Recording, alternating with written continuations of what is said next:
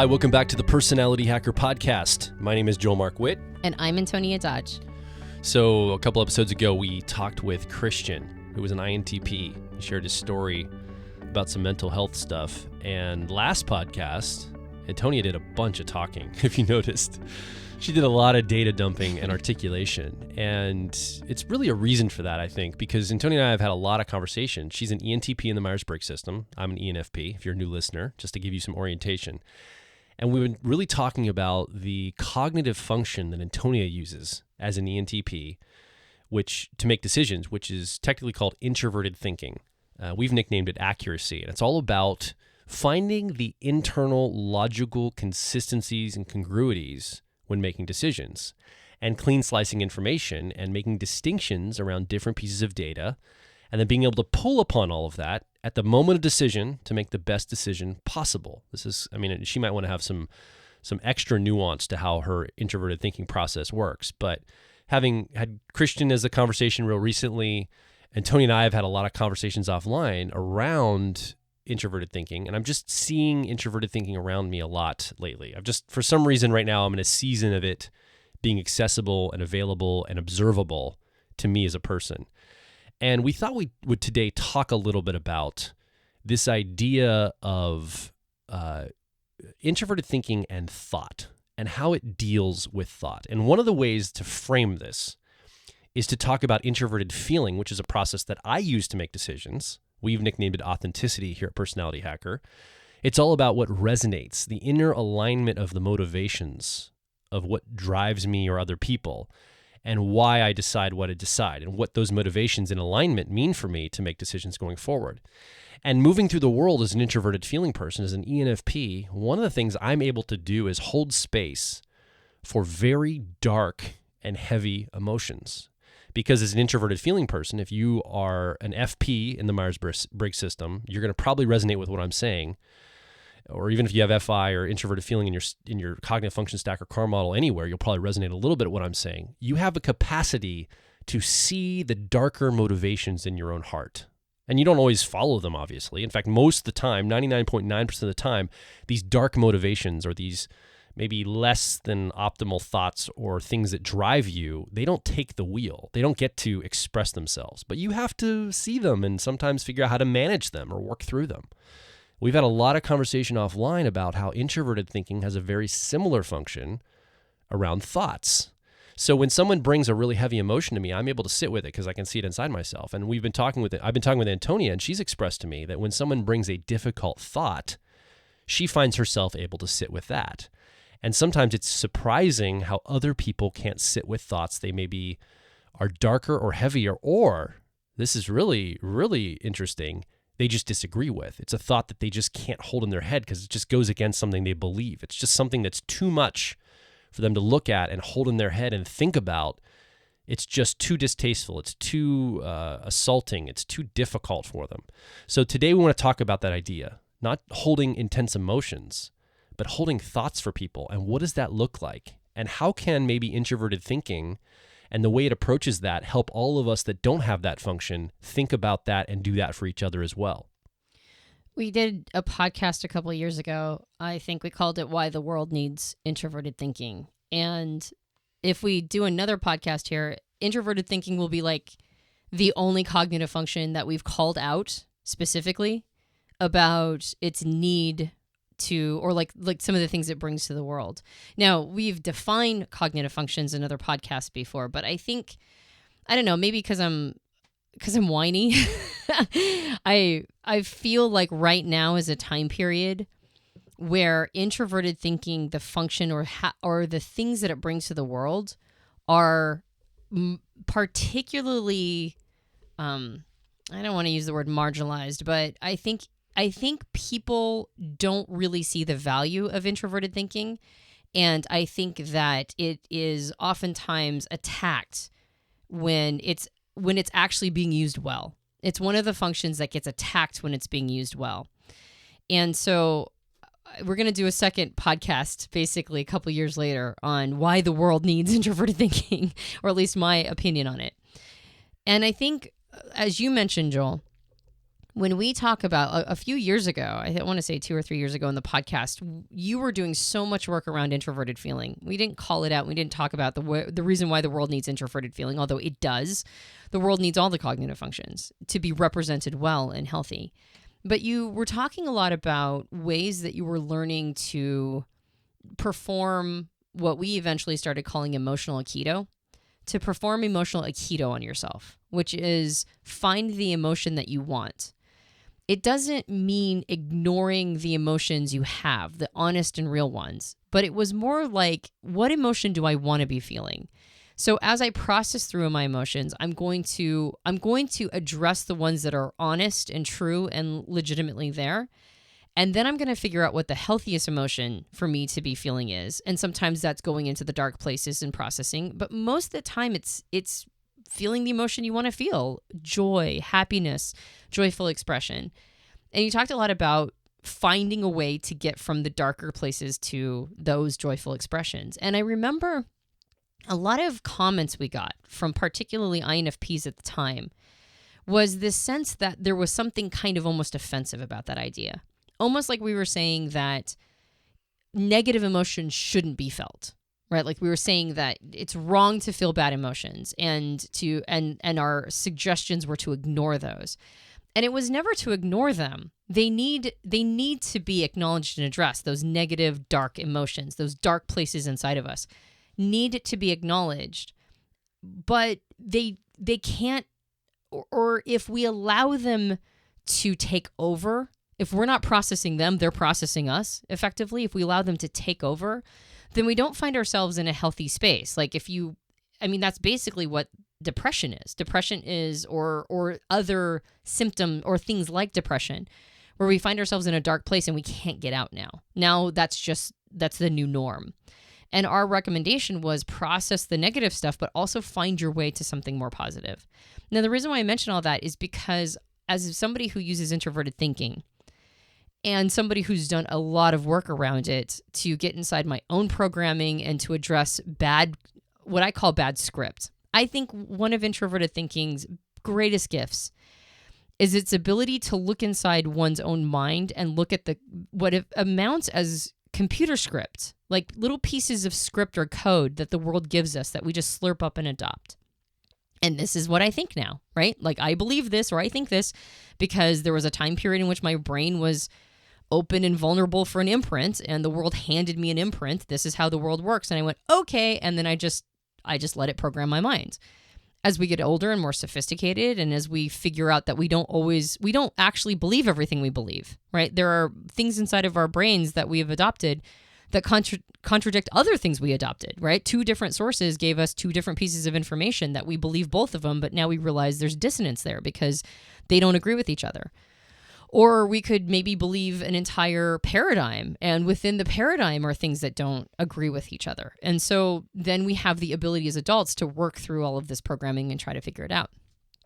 And I would argue, just like with introverted feeling, that there are dark emotions, dark parts of who we are that have to be processed.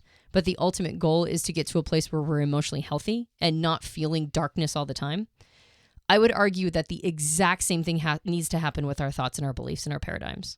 We have to be able to find the dark thoughts inside of us. We have to be able to go into the programming and figure out what we adopted, either intentionally through indoctrination or accidentally through observation and through life experience. But there are pieces of code inside of us that are dark. They're like dark thoughts. And I don't mean dark thoughts like I want to take a gun and gun a whole bunch of people down.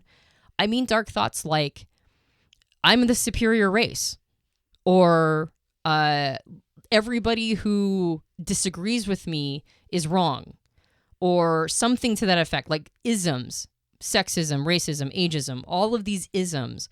These are all less than ideal scripts inside of us. I just want to stop you there for a second because I just heard something, and I'm sure somebody's listening right now going, did you just say we need to honor thoughts like I'm a superior race? What do you mean by, like, that could be, and you're probably going to articulate more about this, but I just want to put a pause there to go, if someone's listening going, wait, what did she just say? I want to make sure we highlight that because I don't think that's what you were saying necessarily. So keep unpacking it, but I'm putting a pin in that. Thank you. I didn't realize that I said that. What I meant is that we need to honor the process of figuring out what our scripts are, just like we need to honor the process of figuring out what our emotional state is. So you're not saying to honor and respect those thoughts. You're saying they have to have a platform to be are either articulated to the self or somewhere to be able to be worked with, because they can't be suppressed, is what you're saying. If they exist inside, there has to be a mechanism for addressing and acknowledging it. And there needs to be a way where we see the script inside of us and are capable of reprogramming ourselves by not ignoring the script, but rather having mechanisms to understand the script first. Because there are scripts inside of us that cling to us even when we attempt to reprogram them. And a part of it is because some of those scripts are rational. Like, even if they're ultimately bad for society, they might be rational for the individual. And the more your brain believes a script is rational, it doesn't matter how bad it is for everybody else. Your brain will cling to it unless it has a platform of conversation to understand how the opposite, which might be good for everybody else, but appears to your mind as bad for you. If you can't talk it through and understand it, then it doesn't matter how much bullying you get, how much, if you say you believe a thought and everybody goes, that's wrong, your brain will default to holding on to something it believes is rational. And if you can't communicate those thoughts, if you can't say them out loud and have respectful conversation where somebody else is able to help you analyze and logic through and discover a more rational position, then it doesn't matter how much you're pretending that script doesn't exist. It doesn't matter how much you're keeping quiet. The script never goes away. Let me play this out in a practical sense to make sure that the person listening really understands what you're saying. And so I'll just play with you here. So let's say I grew up in a family where I was abused really badly, and I was just neglected or harmed. It was a really difficult situation. So I get to an adult level, and I have a belief in my head that I am the only one that cares about me, and I have to put myself first, or I will be vulnerable and hurt going through the world.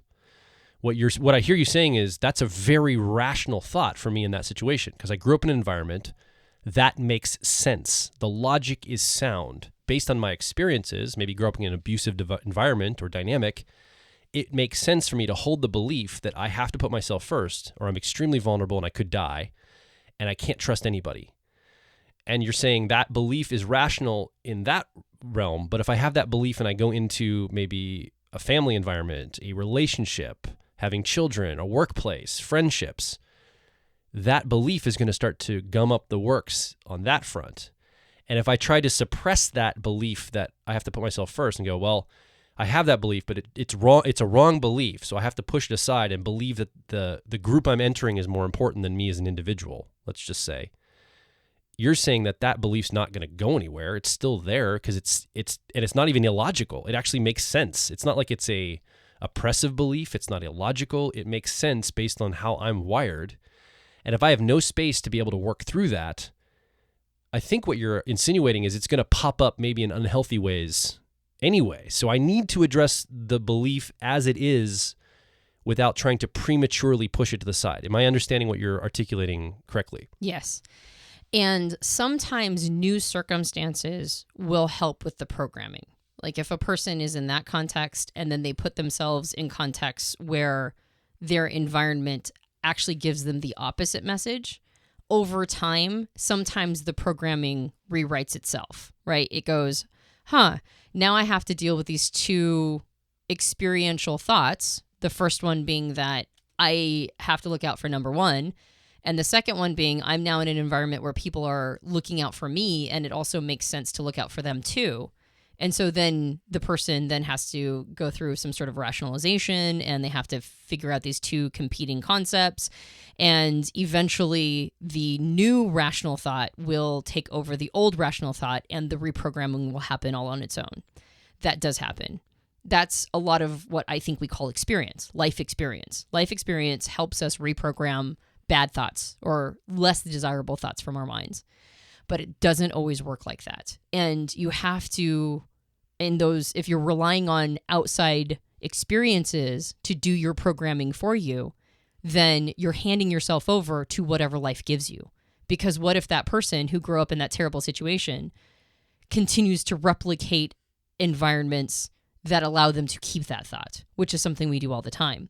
And they never get into a position or a situation where the outside world has contradictory evidence. And so they just are always there. In fact, what if they keep feeling that way to a point where now they feel perpetually like the world is hostile?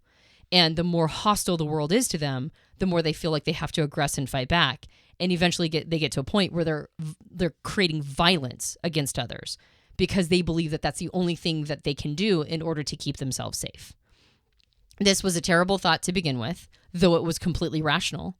And considering life circumstances kept that thought going, even if they were unconsciously creating those life circumstances because they were finding things that matched their worldview, regardless of whether or not they were doing that, it still is rational for them to continue that thought. And it still is rational all the way to the point where they now aggress and commit violence against another person. I want to make a distinction that I think you're using the word rational in its most radical term.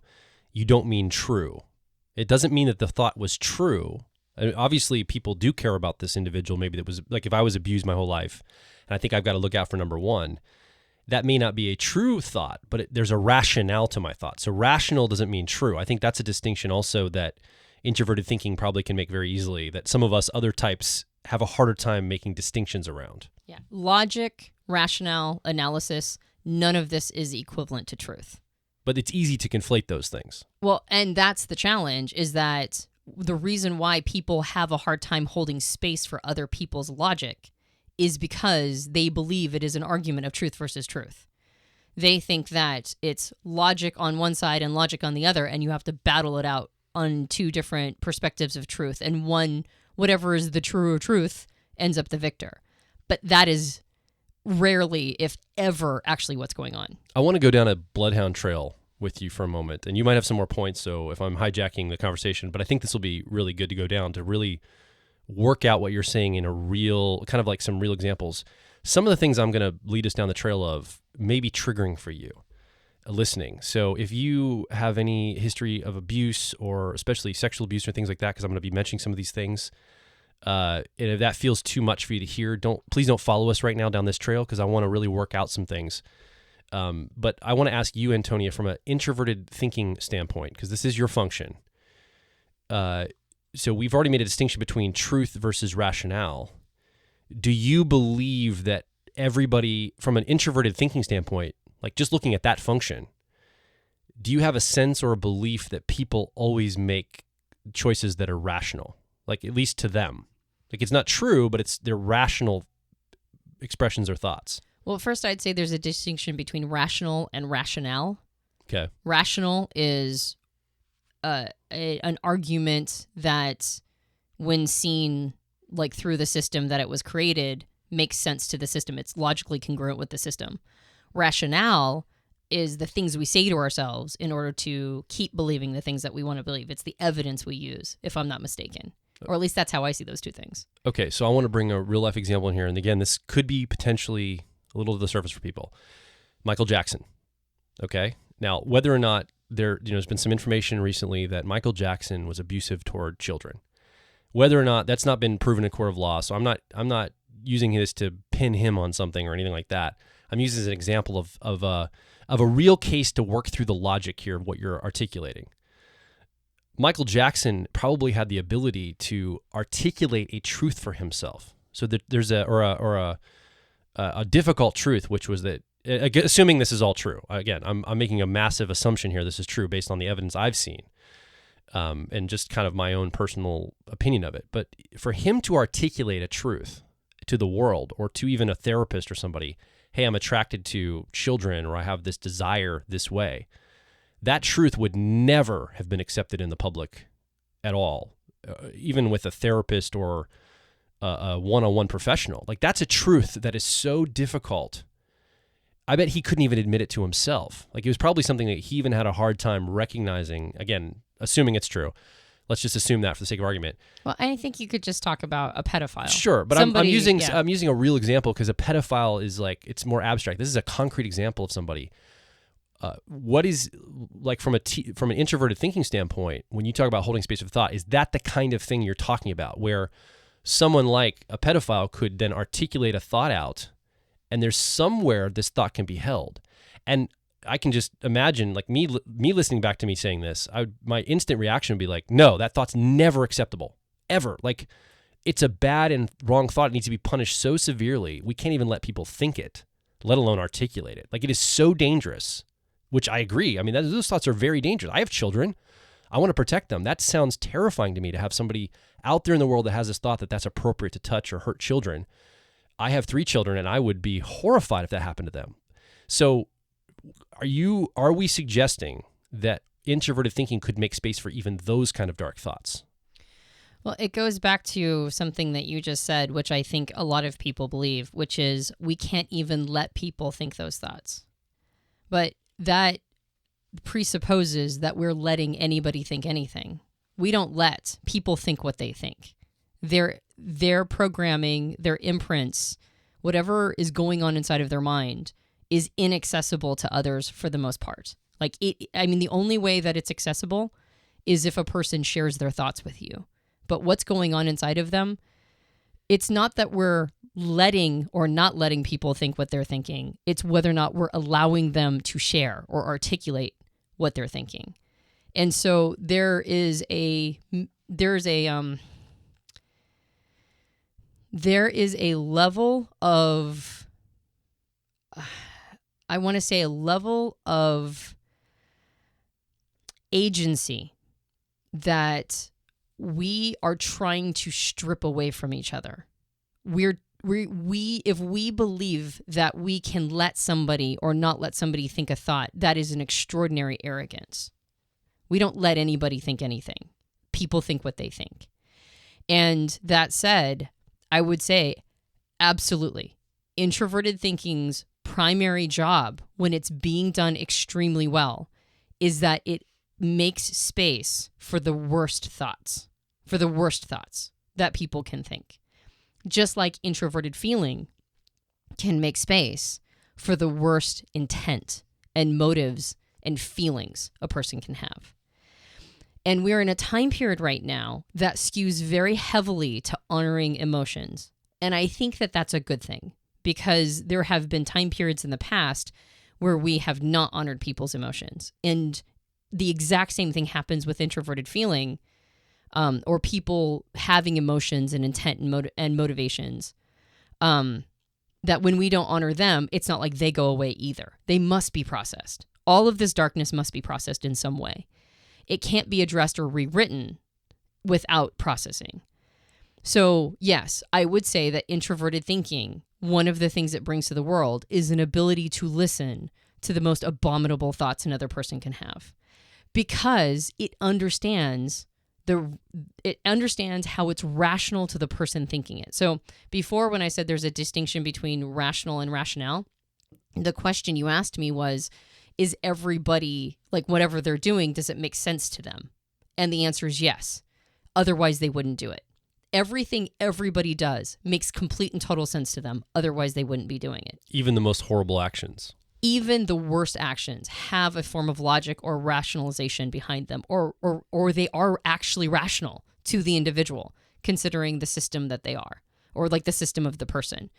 That thought was the emergence of an entire system running, and if you see the system in its completion, the thought almost always makes sense. Now, whether or not that's a thought we want people to be having is a completely separate, it's a separate place in the chronology of things. Because what we end up doing is, when we hear thoughts that disturb or disgust us, we have a tendency to want to bully it away. We shame it away.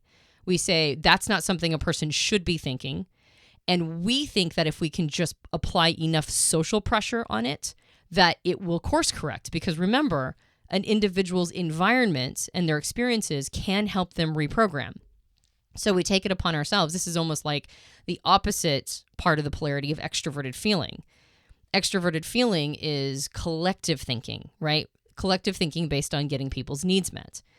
And so we know that people's thoughts will change if the collective puts, or the environment rather, puts enough pressure on it to see it as being not an okay thought, or a thought that, not that it's not an okay thought, but a thought that has enough evidence against it in the environment.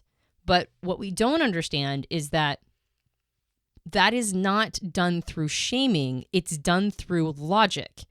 It's the logic of the old environment versus the logic of the new environment. And when the logic of the new environment is so persuasive to the mind that it rewrites the logic of the old environment, that's when reprogramming happens. But it's not the logic of the new environment that we use. It is antagonism and aggression and shame and embarrassment. And that will only teach somebody that the new logic is, if I don't want to be shamed or embarrassed, then I need to at least present as if I think something that's similar to the collective. Don't get caught. It's a don't get caught. Basically, that's what it's being told, is just don't get caught for your thoughts. That's right. But the programming is still there. And ultimately, our behavior comes from within. The things that we do and the ways that we manifest all come from our thoughts and our feelings internally, right? So the logic, the script remains, but now the person has to act in a way that is going counter to their internal script, which means that they now live in a form of dissonance, right? Their behavior is not matching the programming inside. Now, of course, all of us do this on some level. All of us have dissonance.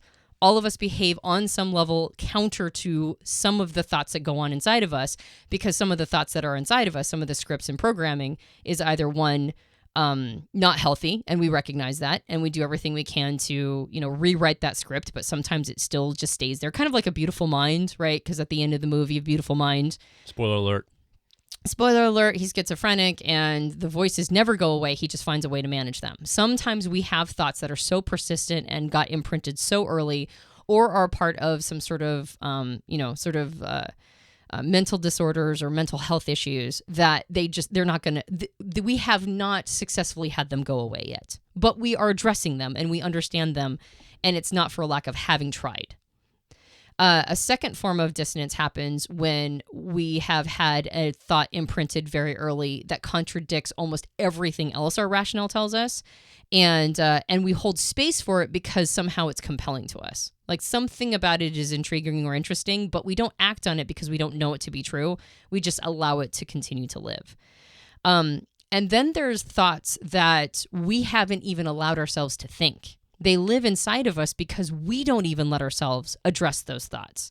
And so we can never quite get to the programming of them because we are afraid of our own minds. We're afraid of our own thoughts and beliefs. And one of the challenges here, I think, is that there's a great saying that says, don't believe everything you think.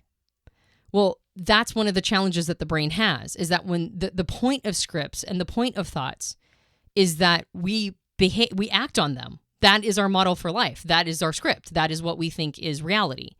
And so our brain has a hard time not believing itself. That is the entire point of putting a script in there, is to believe it in order to know how to behave.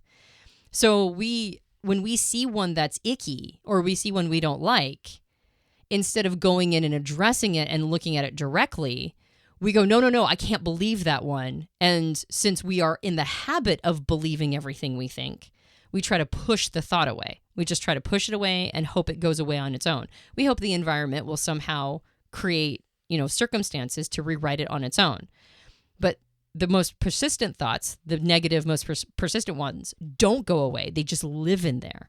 And now what ends up happening is that people start to behave in a way that's opposite of their wiring or their programming, and then people don't feel like they're themselves. They don't feel like they can ever actually state their truth. It doesn't matter whether or not introverted thinking is one of your primary cognitive functions. It doesn't matter if it's in your stack or car model. Everybody has a need to articulate their personal truth because we all have introverted thinking.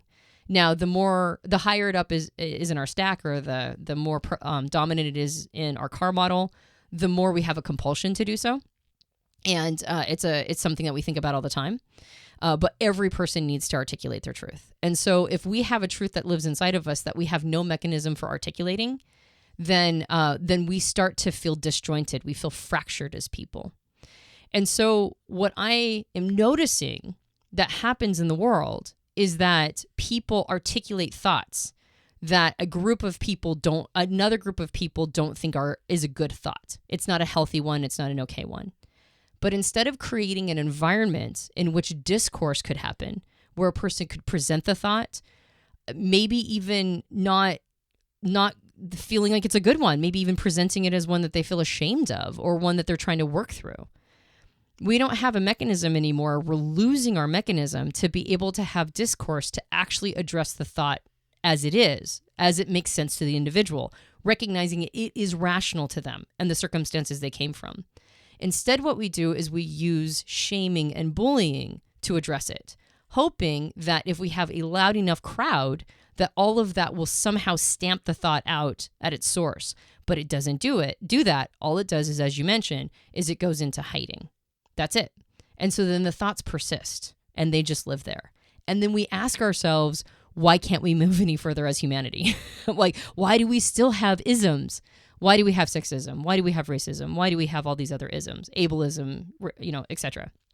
And I actually think personally, and the more I'm getting into my introverted thinking, the more I'm realizing that we are doing ourselves a grave disservice by saying things like, hey, we're about to talk about something that's sensitive.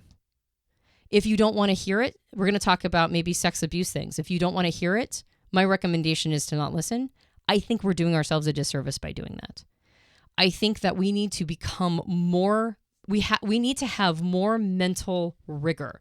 We need to be able to honor thoughts, especially triggering ones inside of ourselves, in the same way that we're honoring emotions that get triggered inside of ourselves.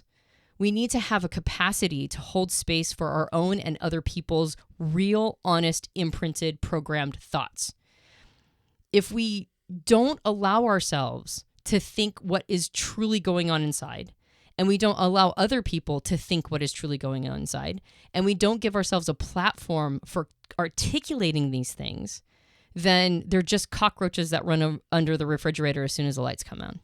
I think I gave that warning earlier.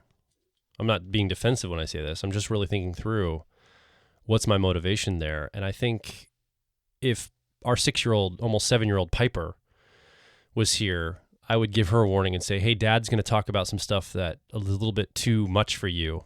I don't think you're able to hear this. It's too triggering, too difficult. I'm going to talk about, maybe difficult subjects, and have her go away or give her a warning to go to the other room. I think that's appropriate. Like if someone doesn't have the maturity or the ability to deal with a thought, or maybe she's had trauma around something, I want to talk about, getting a shot, like she has a lot of trauma right now because she's got to go in for her vaccination shots, her booster shots. And she's stressed about it every day. Like, how many shots am I getting? What's it going to be like? How much is it going to hurt? And she's like all worried and stressed about this. And I think like if I was going to talk a lot about shots right now, I am talking about it with her, but I am trying to not talk about it too much because I don't want to create a bunch of distress. I want her to be thinking about other things. I don't want to be dwelling on that and worrying about it.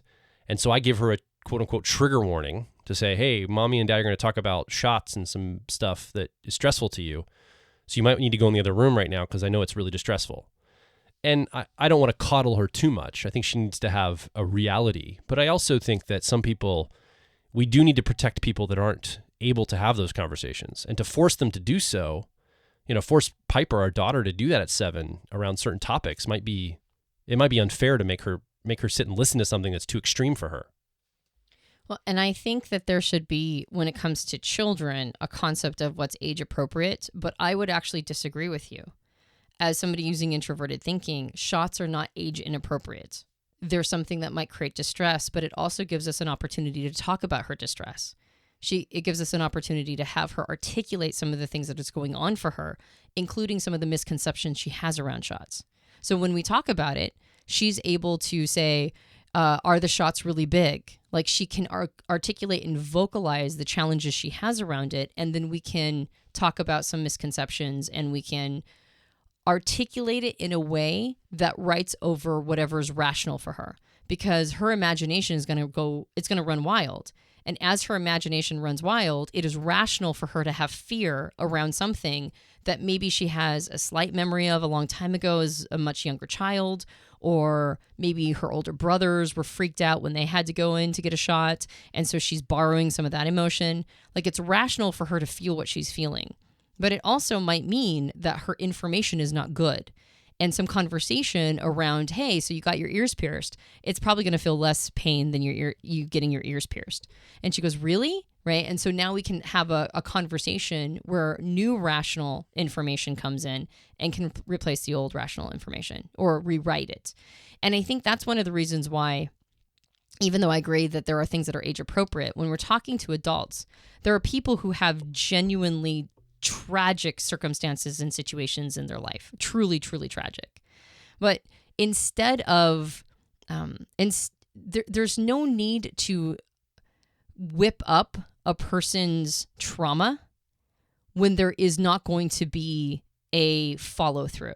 So needlessly whipping up trauma when there is no time to address the thoughts that are associated with that trauma is a disservice. That said, when we create this culture of constantly warning people that a conversation is about to ensue that might talk about something that is connected to emotions and thoughts inside that are unpleasant for you, and we don't say, and this is one of the conversations that's going to address it versus simply mention it in passing. A mention in passing might not be kind, but addressing and filleting out and articulating might be exactly what the person needs in order to contend with the programming, the scripts written that are surrounding their trauma. Because trauma is associated with cognition, right? That's the whole point of things like cognitive behavioral therapy. So, in my opinion, and of course this is just an opinion, one of the services that introverted thinking does is it reminds the planet that this is as necessary as getting each other's needs met. This is as necessary as getting projects done. This is as necessary as holding space for emotion. Holding space for one's own thoughts and other people's thoughts is an extremely important way that we get to the baseline programming that informs how we all behave towards each other.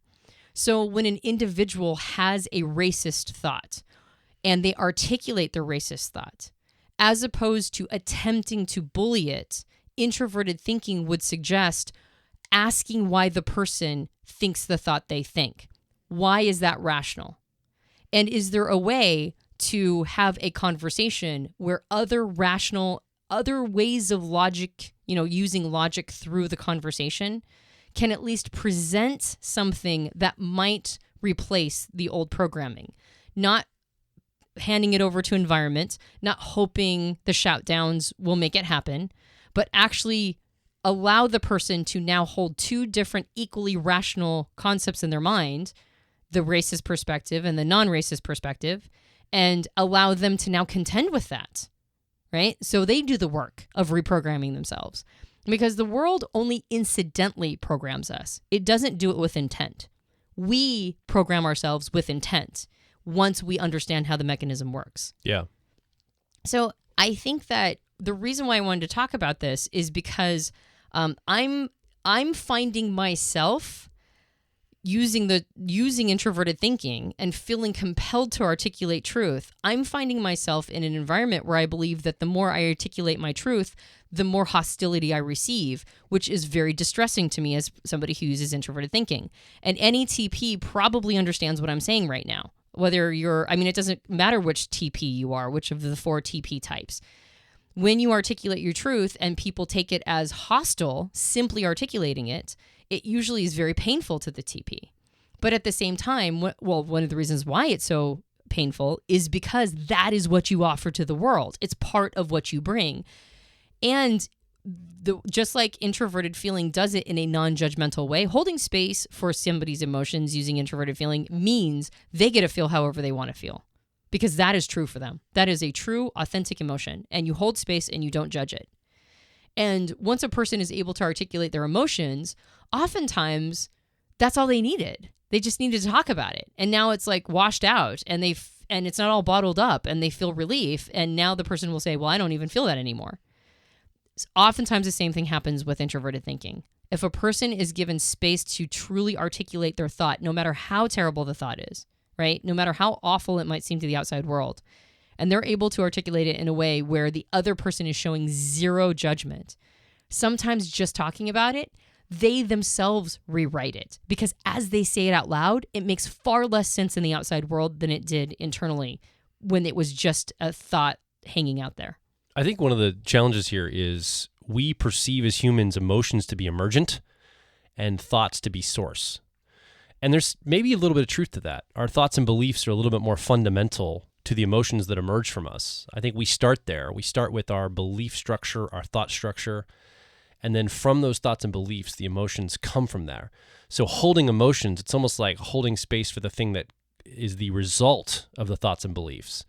And I don't think people have as much, they don't have as much either ability and or understanding of how that would look on the belief or thought level, because that's the assumption level or the baseline we're starting from thought and belief. So I think there's a little bit of a difference there in just how we look at that as humans, like the way we deal with both of those. Well, I would argue that thoughts are very emergent. They're just as emergent as emotions are. But that's not how we perceive them as humans. Right. Almost as if thought has intent, but emotion doesn't. Well, and we assume, that's the other thing I was going to say, is we assume intent of thought for some reason. For emotion, you're right, we don't, but I think introverted feeling knows this, and maybe that's why we're able to hold so much space. We understand there's intent and motivation behind every emotion.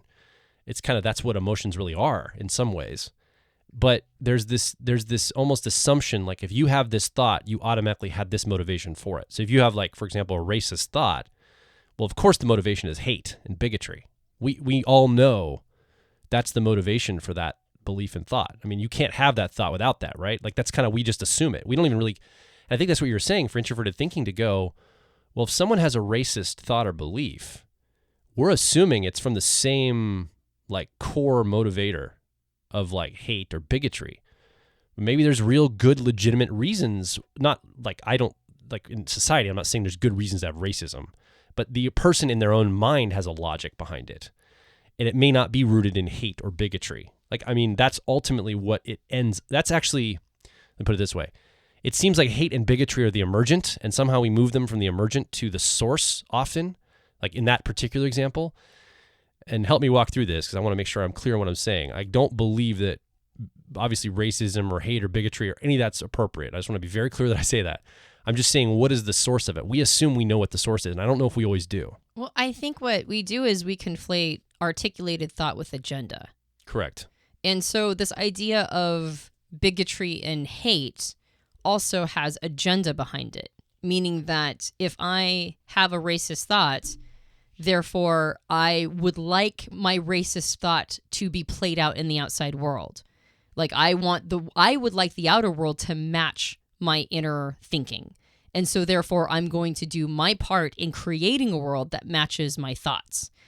And so we conflate having a thought with having an agenda for that thought. And that's not how it works necessarily. In fact, most of our thoughts have no agenda behind them. Now, there can be agenda behind thoughts. Like, that's oftentimes where an entire paradigm comes into play. Single thoughts, single lines of code are oftentimes on their own not that dangerous. It's when a line of code gets put into an entire program, almost like a mental app. And that's what a paradigm is. It's all of these pieces of code put together and codified into one worldview.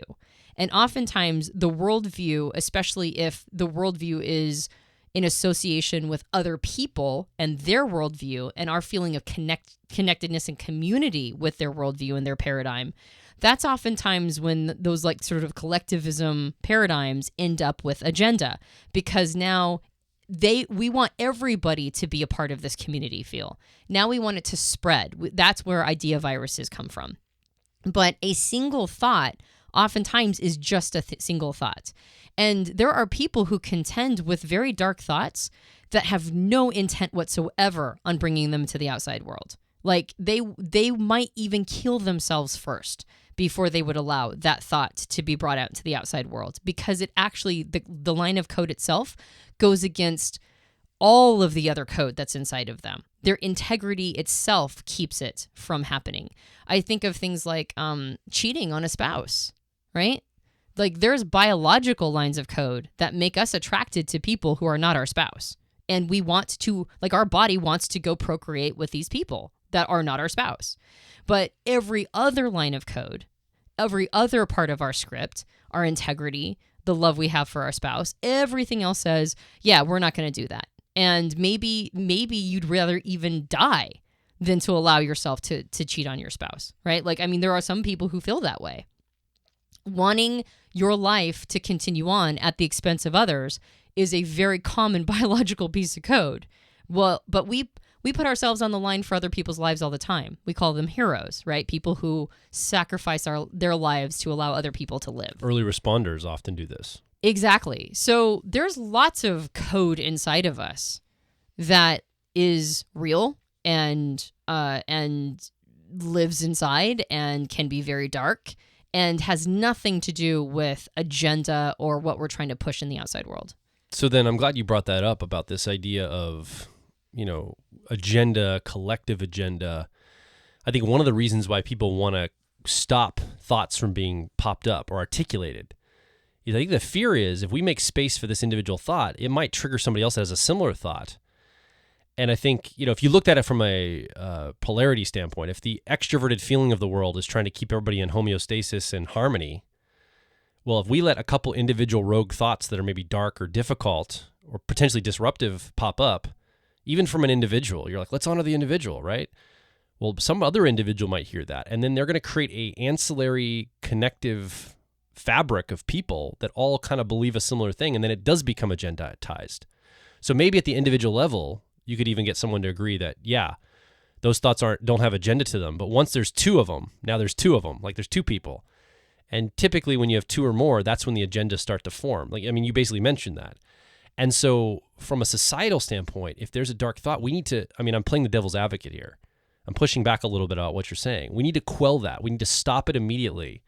Because if 2 or 3 or, big groups of people start to think this, they gather online, they start to form communities around these dark thoughts.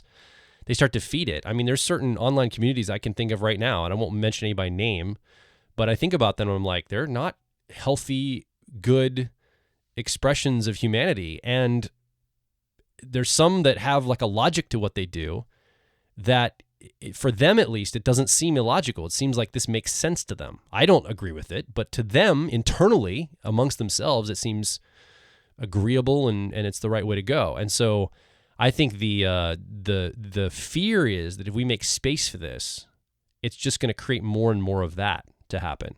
Yeah, because we can find each other so much easier than we used to be able to. Yeah. And like Bill Burr says, you got some guy who's like spouting all this nonsense and another guy agrees with him and they both get in his Camaro and now there's 2 of them, right? Exactly. And that's the desire. The desire is to make it so that they can't arm themselves in numbers. And often when people are articulating thought, they're looking for others to confirm what they're thinking, to build community around those thoughts. So often that's the motivation of sharing it. I would say, anecdotally, I don't have the numbers, but I would say there's a higher percentage of people sharing it as a dog whistle for others than to go, hey, I've got this kind of racist feelings inside me, or I feel this way about these people, or this person here, or this about society, and I need to work through it. Like that's an ideal, and it's very rare when people do that. So yeah, absolutely.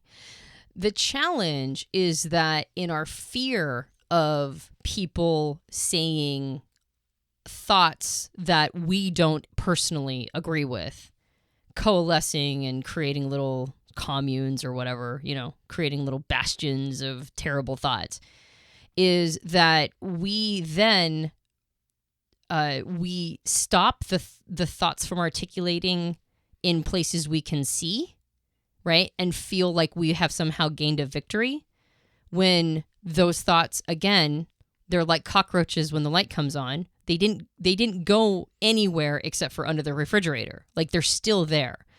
And everybody has a compulsion to share their thoughts because everybody has introverted thinking. We all have a compulsion to express it. So what ends up happening is that those thoughts get expressed in places we can't see, right? Because they're going to hide from a bullying like anything that they believe will be bullied. And then they find each other in the background, in the dark and in the secret. And then all of a sudden we have these movements pop up where we're like, where did that come from? Right? Like, and we're like, oh, that came from the dark web, or that came from all these like terrible websites. It's like, but you're never going to be able to stamp those all out.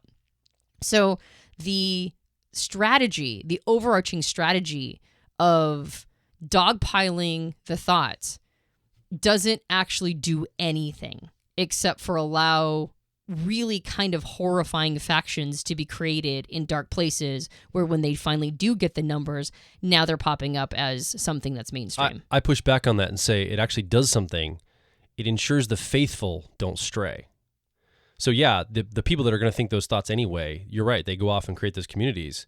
But that policing ensures that the people that aren't going to go and do that don't have any dissent against the groupthink. So it does keep a cohesion, like it's less splintering. There is some factions that will splinter and create their own communities and maybe have those thoughts and indulge them. But it does create a fabric of protection for a larger group of people when you're policing. I don't agree with it, but there is a function it serves. Otherwise, it wouldn't be an emergent. It does serve a purpose. And if it is working in harmony with introverted thinking and holding space, it's fine. But when it bullies all thoughts it doesn't like, then what ends up happening is larger numbers of people then are forced to go quote unquote underground. And then they end up creating sort of these, the enemy of my enemy is my friend. They start to create these little, I don't know, what are they called? Cabals and then all of a sudden you've got people who actually don't agree with each other that much. They just agree on one thing that is considered unacceptable by the mainstream. And so now that group looks much, much, much bigger than it actually is because they're all supporting each other to be able to have or hold the single unacceptable thought. Absolutely. You see this with sexism a lot. This is, like this concept of that, that men and women deal with a lot of issues around, who's superior and who should be doing what, and like who's the person who should be in charge, and whether or not any particular, which group has been marginalized and which group has been more taken advantage of. And there are certain thoughts right now, there are certain things that people want to say that are considered unacceptable in mainstream. Like, in fact, they'll get you, they won't just get you in trouble.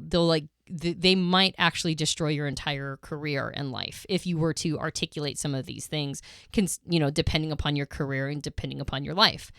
And so what has ended up happening is that people who feel very strongly about something that is rational for them to think, which is that their team might be better. That's a rational thought.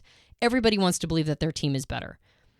And so the rational thought of my team is better, when it becomes an unacceptable thought in the mainstream, then you're going to look for everybody else to support that thought as opposed to having discourse around why that thought needs to exist in the first place. And so then now you've got these huge groups of people on, all these sides about superiority and, basically all the bullshit around sexism, in my opinion. And then you've got these people who are at each other's throats because they didn't give each other space to have dialogue or discourse. Even talking meta about the sexism sometimes can be looked at as not talking about it properly, like to what you just did. Yeah. Like you talk about it so meta as if there's no challenge, like almost like you're marginalizing all the challenges that maybe a people group have. Yeah. Even meta can look like you're. Yeah, absolutely. Like meta thought should be honored too, in a way, I guess is what I'm saying. Meta thought should be one of our most important. It's one of the most important ways that we have to discuss challenging issues. But this is why comedy's under attack right now. Absolutely. Because it's meta thought. Because comedy goes meta, absolutely. And people don't like going meta because it means that you might be hinting at something that isn't agreeing with whatever they want you to be agreeing with. Because here's the other challenge is that all the people who are bullying with their thoughts or want to bully other people's thoughts that don't match theirs, they're making assumptions that they're right. Right? It's my truth versus your truth. The assumption is that their thought is the clean thought. But because they won't allow for the discourse of the opposite, they have nothing to calibrate against. So they don't know if their thought is the clean thought. They don't know if their script is the good script. They only know that it's the one right now that's not being dogpiled. Okay, so I just want to pause just for a second. I could hear even myself saying this, going, wait, I've already been down I've already thought about how I feel about racism and hatred and bigotry. I have to listen to it again? Like, I've already heard the dissenting side. You're asking me to listen to it yet again from a new person? Like, I already know how I feel about it. Society knows how we feel about it. Like, we killed a bunch of Nazis in the 1930s. Like, this is long covered territory. We really have to go back and talk. Are we also going to do fundamental stuff like this person thinks murder's okay? We're going to actually allow them to have the discourse about murder, and that's okay too? I mean, I'm giving you a little bit of a devil's advocate to understand the threshold of when you talk about introverted thinking.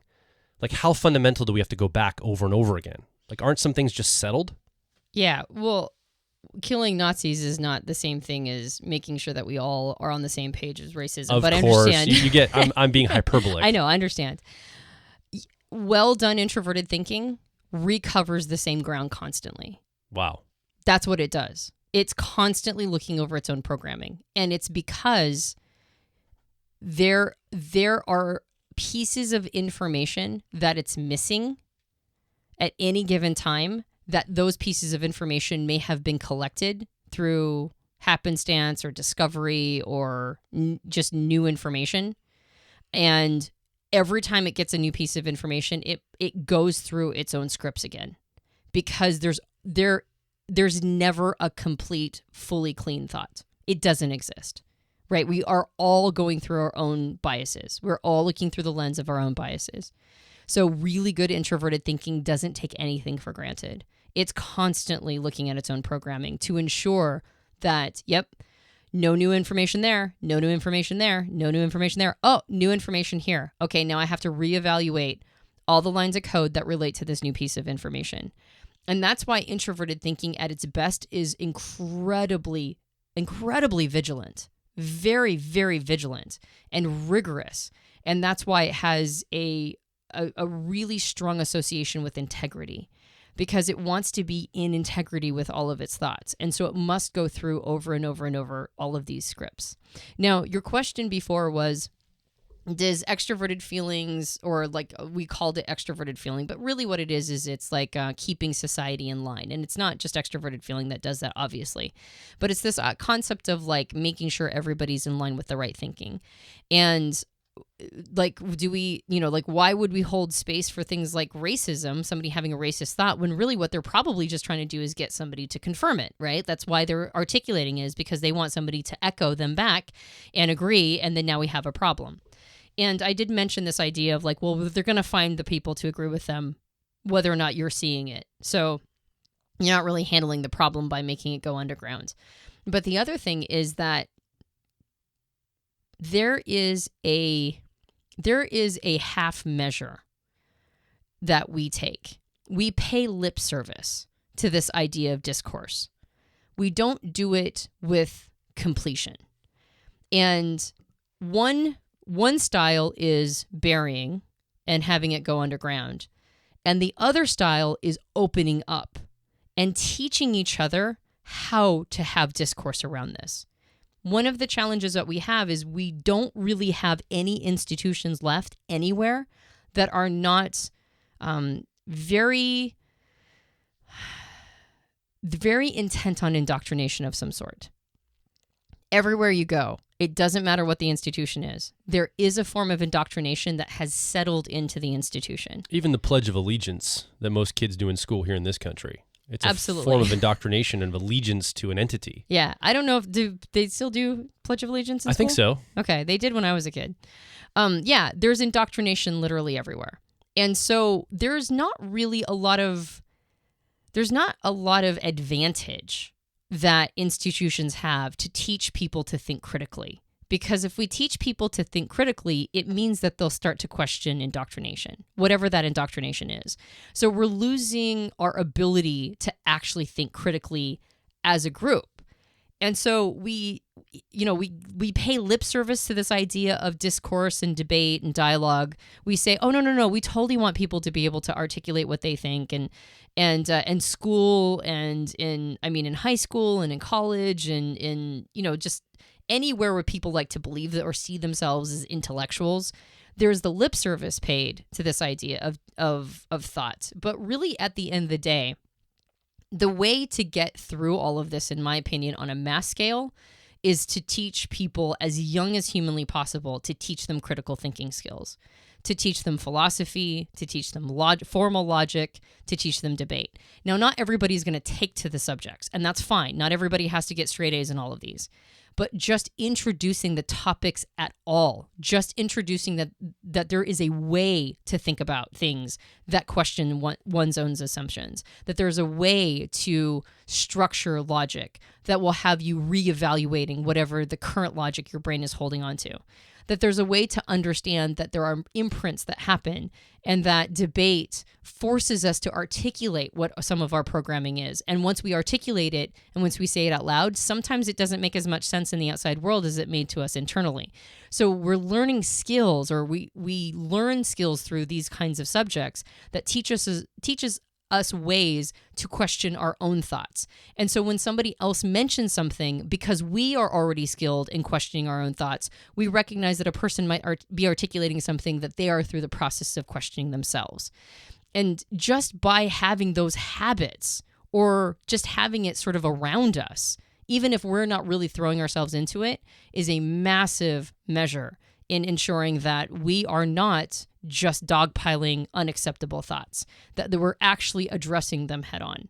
And I think the reason why this has become so crucial right now is that there is almost no safe place for thoughts to be articulated. We have safe spaces for emotions, but we don't have safe spaces for thoughts. And the challenge with safe spaces for emotions that lack a safe space for thoughts is cognitive distortions. That's where cognitive distortions live. That's where they're bred. That's where they grow. That's where we throw manure on them, right? We grow them like crazy. We grow cognitive distortions if we allow people to believe everything they feel because, and this is something Eckhart Tolle said, and I agree with him, he said that basically thoughts are concentrated emotions. So if we tell people to believe everything they feel, eventually those feelings will coalesce into thoughts and they'll believe everything they think. That's powerful. I want to highlight that. We have safe spaces for emotions, but we don't have safe spaces for thoughts. I actually disagree with the idea of safe spaces for any of it. I think that I like my emotions when they're challenged. I like my thoughts when they're challenged. I like to take them into the real world and vet them against reality rather than just sit somewhere that's safe for me to sit there with the emotions I want to feel or the thoughts I want to have.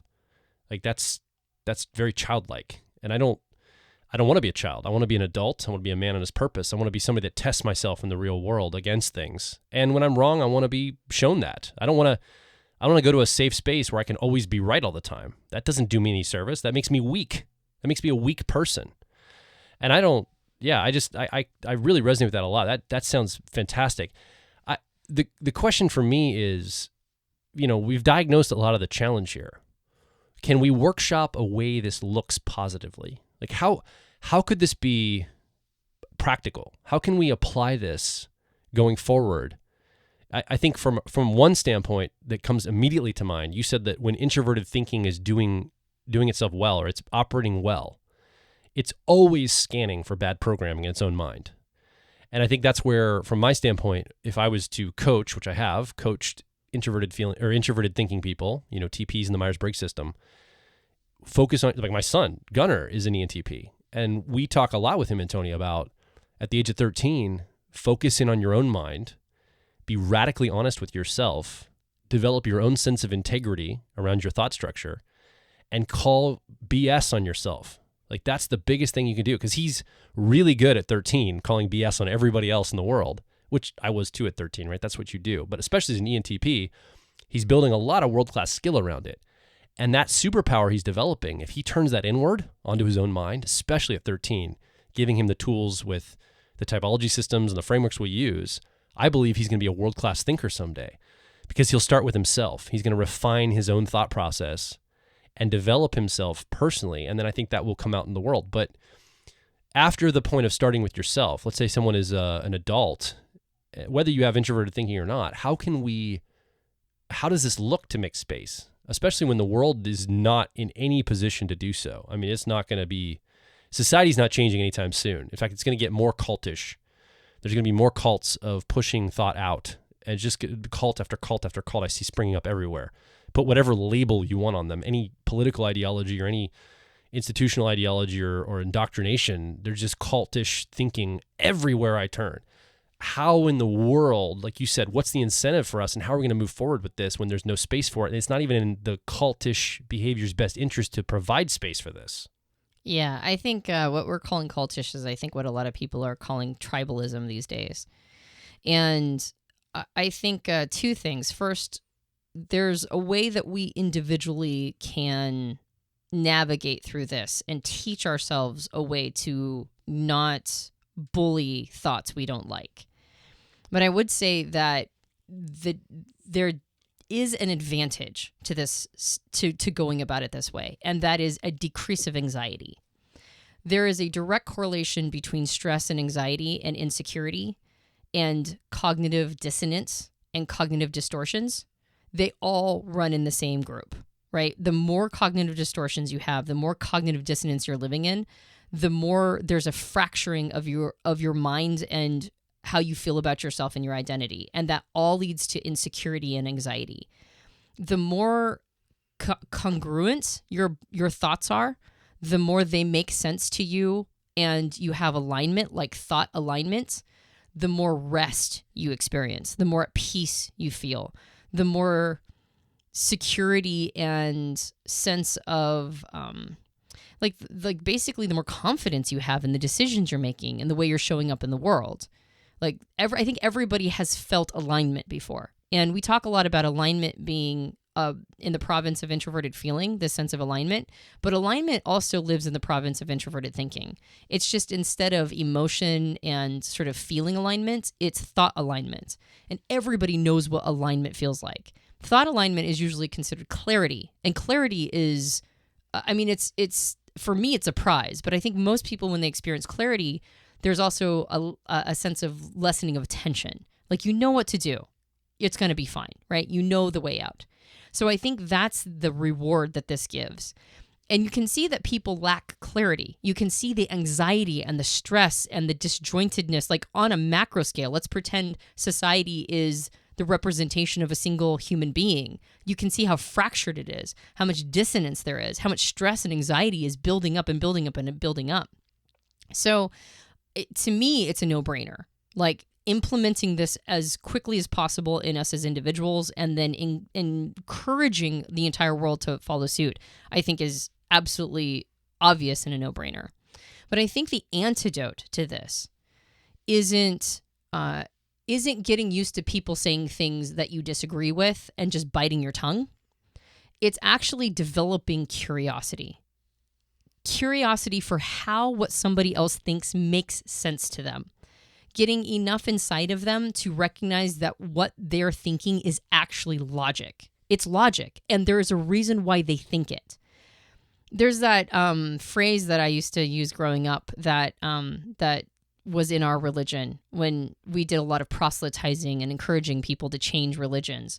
One of the things they taught us, and I don't think it was great to try to encourage people to change religions necessarily, but I'm really glad that I learned this skill, which is that you find common ground, because the thought was, or the phrase was, there's a little truth in every religion. And I think that's true. I think there's a little truth in everything everybody thinks. So finding common ground was a way to figure out what is the truth, what is the logic of their paradigm. And when you can get to that place, you can recognize, number one, that they're not going to let go of this very quickly or easily, because it is logic to them. It's rational to them. There are reasons why they believe what they believe, or they think what they think. And the more reasons, the more logical it is to them, the more likely they are going to be to cling to it until they find something that has more logic to their mind, not logic in general, but logic to their mind to replace it. And even then, sometimes it can be a challenge, because sometimes their thoughts are like attached to being loyal to family, right? Or being loyal to a community, or whatever else it can be attached to. Like there might be reluctances to let it go. So whatever it gets replaced with has to be something more beneficial than the thought itself. The more you can understand somebody's logic, the more you can understand why they have a reluctance to let it go, and you can hold space for it. And then they don't have to defend it because you're not attacking it. It can be a sense of openness. So openness and curiosity are absolutely crucial. And I think the other thing that happens when you figure out the logic of somebody else's thinking is you might actually refine your own thoughts, because now you're calibrating against not something that's the other. You're calibrating against something that has a measure of truth in it. And their measure of truth might be something that you have never considered before. And it might not change your perspective or change your way of thinking, but it might calibrate it or alter it just enough so that you actually get closer to how you truly feel about things as well. And so there's less of an us versus them mentality. Now there's a sharing. Now there's cross-pollination. Now there's kind of understanding where we all are coming from, which is actual harmony. That's actually what extroverted feeling is looking for, is that sense of simpatico and harmony, where we all can find common ground. That's really what it's going towards. So to me, the antidote to all of it, beyond just implementing these concepts of, formal logic and debate and those kinds of things in school systems, or at least with your own children as early as possible, is curiosity. Even when what they're saying is otherwise very painful to you as an individual. If you can foster curiosity and build the skill so that you are still curious in the face of somebody hurting your feelings, then you actually, that's actually when you can truly reach somebody and be reached and actually have a real conversation where we're not allowing cockroaches to scatter under refrigerators when the light flips on. Yeah, I think curiosity is a great tool, because if you're part of any cultish, belief structure, again, I consider pretty much everybody's in a cult of some sort to varying degrees. I mean, even me, like I'm part of all sorts of different cults I interface with every day. Like we have cultish groupthink that we engage with as people. I would say that we're like in the cult of personal development and the cult of ego transcendence. Yeah, there's kind of like a cult that's developed around that, right? There's kind of like these ways of thinking, and it's like the in crowd of a certain way of thought. And so I think, first of all, recognizing that's how we all are is really powerful for us. So whatever your ism or ideology is, it's kind of cultish in nature. And that's just the nature of being human. I think we interface and deal with cults. I don't think you can spell culture without cult. Yeah. Otherwise, we'd be feral. Yeah. And so I think that's the key. But I think also if let's say you left your cult of choice, the one you're swimming in right now, and you went to the other. Let's just, the people, groups or people that you just look at and you're like, how could anybody think that? They must be evil and wrong because they think that thing. If you entered that group as an isolated individual, you would want them to listen to you when you got there. Listen to your rationale. Listen to your reasons why you believe what you believe. You'd want them to open themselves up and say, hey, ideology A, we're ideology B. Tell us why you believe ideology A or cult A is the right way to think about things. That's what you would want. And so assuming somebody else that's inside of your cult or your groupthink dynamic probably also wants to be honored that way as well and allowed to articulate. Now that's going to be, some of this stuff's very sophisticated. I don't know if we're going to get there anytime soon as humans. I think on the smaller the scale, the more accessible this probably is. And the bigger the scale, global scale, the less accessible this is. And we talked a little bit about also on this podcast around, being vulnerable and how that puts you in maybe a disadvantage. Recently we talked about that. So these are things to think about. But as we move forward, I think that curiosity is really powerful, Antonia. And then the perspective also of, if this was me and I was in this group and I had an alternative thought or a dissent against the group think or the cultish think that the group thinks, how would I want to be heard or listened to here? What would I be feeling if I was the one person that had the dissenting view? And I think that can also help us bridge some gaps and think in terms of, okay, that person's just sharing with us their logic. I want to be curious about what that looks like. And that takes some space holding. I know that's a challenge. But I think we can get there. And I think introverted thinking is very needed in our world. It's not a function I use. I'd love to say introverted feeling is the thing, and my ENFP, all the things that make me an ENFP, that's what the world needs. And, but I genuinely look around and I go, man, we've got to get some logic put in here quickly. We've got to make some distinctions around things because we're only getting more tribalistic and cultish as we go forward. And I think introverted thinking can be a disruptor here. It can insert itself into the conversation and say, wait a second, this rationale makes sense to people. Otherwise, they wouldn't believe it. They have reasons for it. I'm not agreeing with those reasons, but they've got reasons. We should at least hear some of those reasons in a proper format to be able to deal with them and help work through them together. Because otherwise, like you said, Antonia, you drive thoughts into the shadows. That's very dangerous to make people feel like they can't share who they are and what they think and what they believe. It doesn't just change. It doesn't just go away. They just shrink back and live out their life secretly. And then that's no good for anybody. Yeah. And I don't want to pretend that it's not hard work. Like it doesn't feel good to question your own thoughts. Yeah. Like, in fact, it might be some of the most painful work a person will do. And it has to be done. Like, I mean, I say this because I think that, if we were in a dystopian future where all art was being thrown away, and burned in favor of like a completely regimented, homogenized system, we would be talking about the importance of introverted feeling right now. But I feel like our quote unquote dystopian future that I'm experiencing right now is one that is incredibly hostile, not to art and not to expression or individualism. It's hostile to thought, to individual specific thoughts. And so I feel like right now, regardless of whether or not this will do any good, I just feel sort of moved to represent introverted thinking and its necessity in the world right now. Well, hey, all the TPs will love you for it. Maybe. They'll be like, yeah, you preach it, sister. What do you think, though? You've been listening with us. Now's your chance to come over. We want to hear your story. Ask your question. Leave a comment. If you're a new listener, this has been a really interesting conversation diving deep into one of the cognitive functions of the Myers-Briggs system. But we often talk about personality types in general and how you can take the lens of typology and other systems like that and tune it to your personal growth. Become a person that's better tomorrow than you were today. Interface with your world in a healthy way and build relationships and a career and a path for your life that matters. That's really what this is about. And so if you're brand new to the conversation, this is very typical of conversation. I want to invite you to subscribe, be a part of this conversation going forward into the future. We'd love to have you a part of the community, and we want your voice heard. So come over to personalityhacker.com directly below this show. In the comment area, leave your story. Tell us about what's resonating with you from this. What makes sense to you? Are you one of those individuals that has thoughts that come up and you don't feel like it's honored by the collective? Are you more part of the collective cultish kind of belief structure for whatever that choice is for you?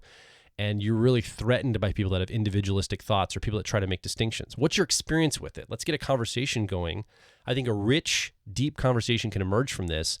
And we can do what Antonia and I are suggesting, which is honor thoughts and expression and thinking and think about this together. So come do that.